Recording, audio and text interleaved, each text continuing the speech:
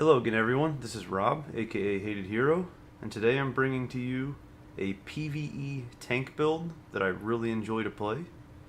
I call it the Shock and Awe build, and the reason why we call it that is because the whole time we're mindlessly tanking, holding our block, we're doing damage, thanks to 3 proc sets that we use. We'll hop right into those sets. I use 5 Thunderbug, 5 Storm Knight's Plate, and 2 Storm Fist guys.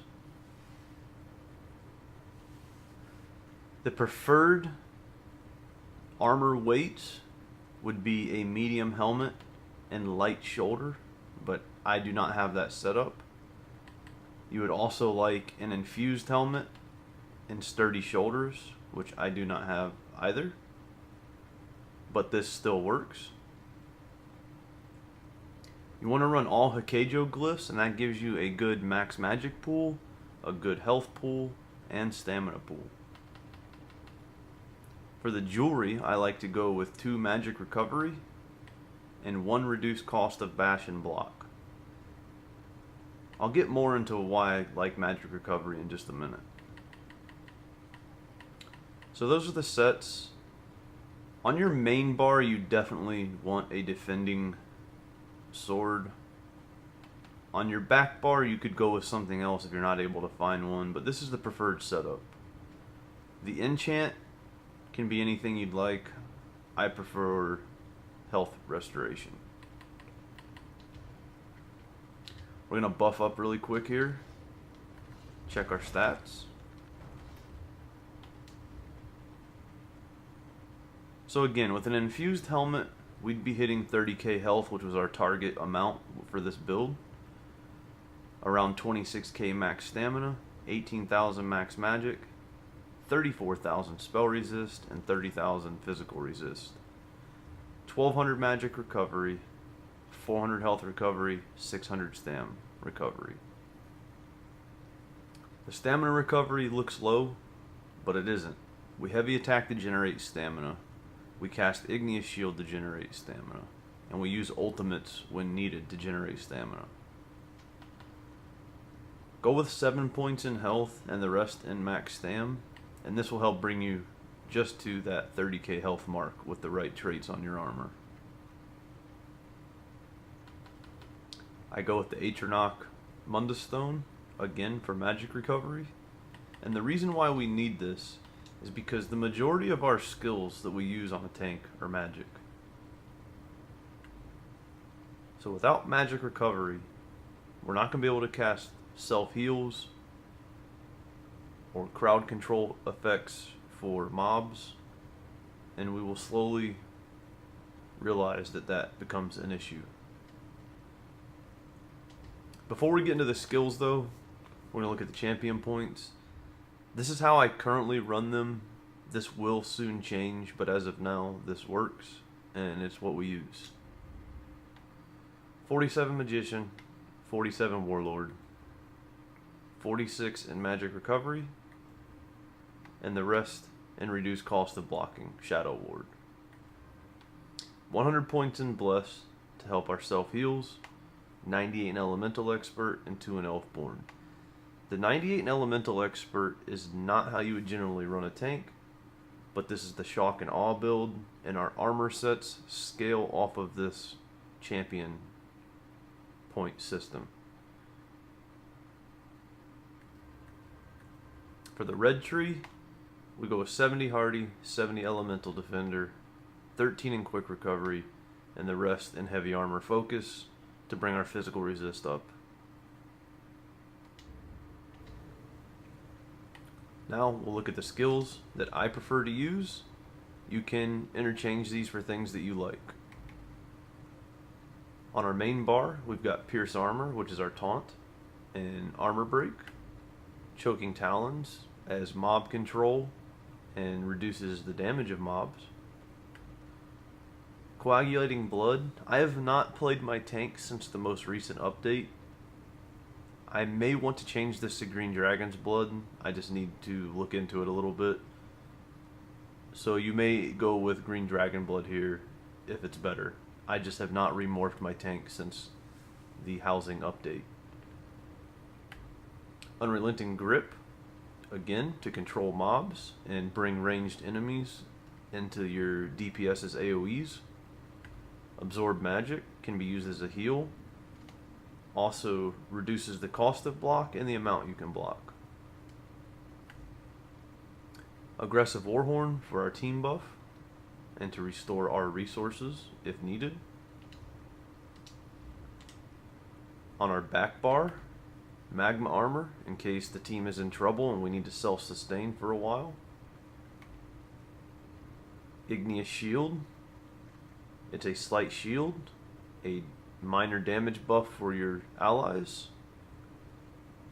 It regenerates stamina by using your magic pool and also generates ultimate.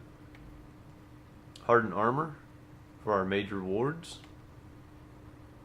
It also grants you a damage shield that absorbs 15% of your max health when first casted and releases a slight damage to enemies around you. Echoing Vigor. This is a large AoE heal that heals yourself and allies, and when you heal allies that also helps generate ultimate.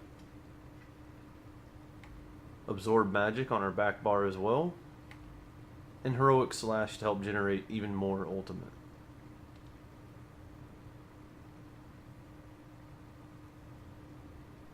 That covers the basics of the build, everyone. I cleared the mobs up to the Overfiend here in Imperial City Prison, and I was just going to give you a quick demonstration of the build's abilities.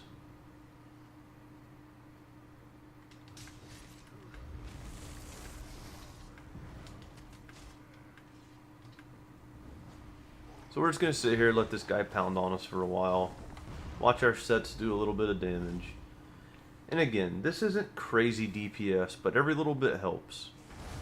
And when you're in mob pool situations, the procs coming from Thunderbug and Stormfist will actually help you maintain your stamina resources because you won't have to taunt as many enemies. They'll stay aggroed to you due to the fact that you're doing damage to them.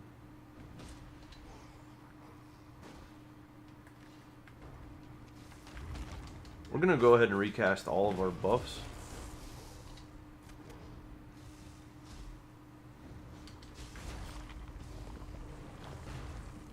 Now this time we'll wait for our buffs to run out.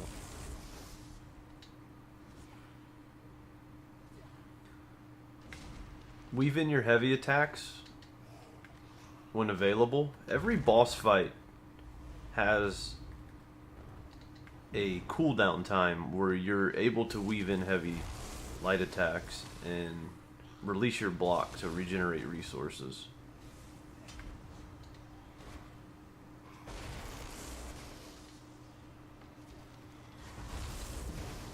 So in a team situation, what I would do is pull this ranged enemy over to the boss.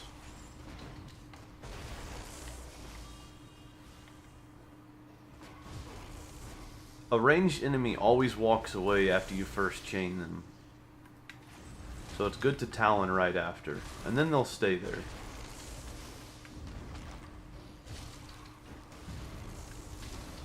So at this point we're a little low on resources. The team could probably use a buff.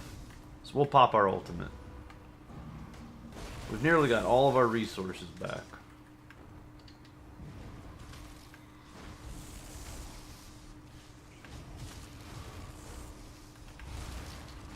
When we're on our back bar recasting our buffs, we'll go ahead and burn all of our magic back into stamina.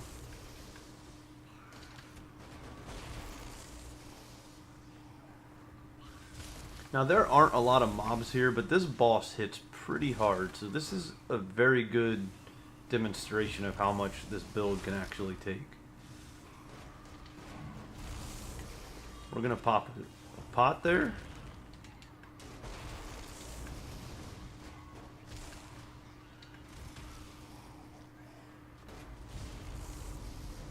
And again, I already tested this before I recorded the video. I was able to easily sustain all the way up to the harvester spawning, and then I got a little overwhelmed by ads, but that took about 10 or 15 minutes. This build video is not going to last that long. I feel that this is a good enough example so you can see what the build is able to do. I mean, I alone have done nearly 20% damage to this boss's health with no additional DPS. These two ads are nearly dead, and I have not struggled once for resources or health. My health has gotten a little low a couple times, but that's because I'm talking and not paying really good attention. But this build is very, very sustainable. Plenty of health, plenty of max stamina. Lots of utility with our magic pool and recovery. And it's very fun to know that you are not just holding block and taunting the whole time. You're in a dungeon, you're actually helping out your allies with damage.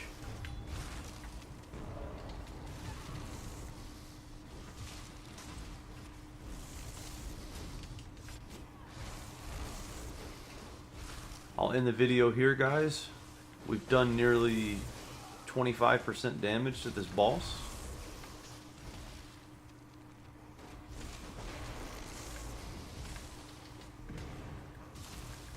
I hope you all enjoyed the build. Have a good day.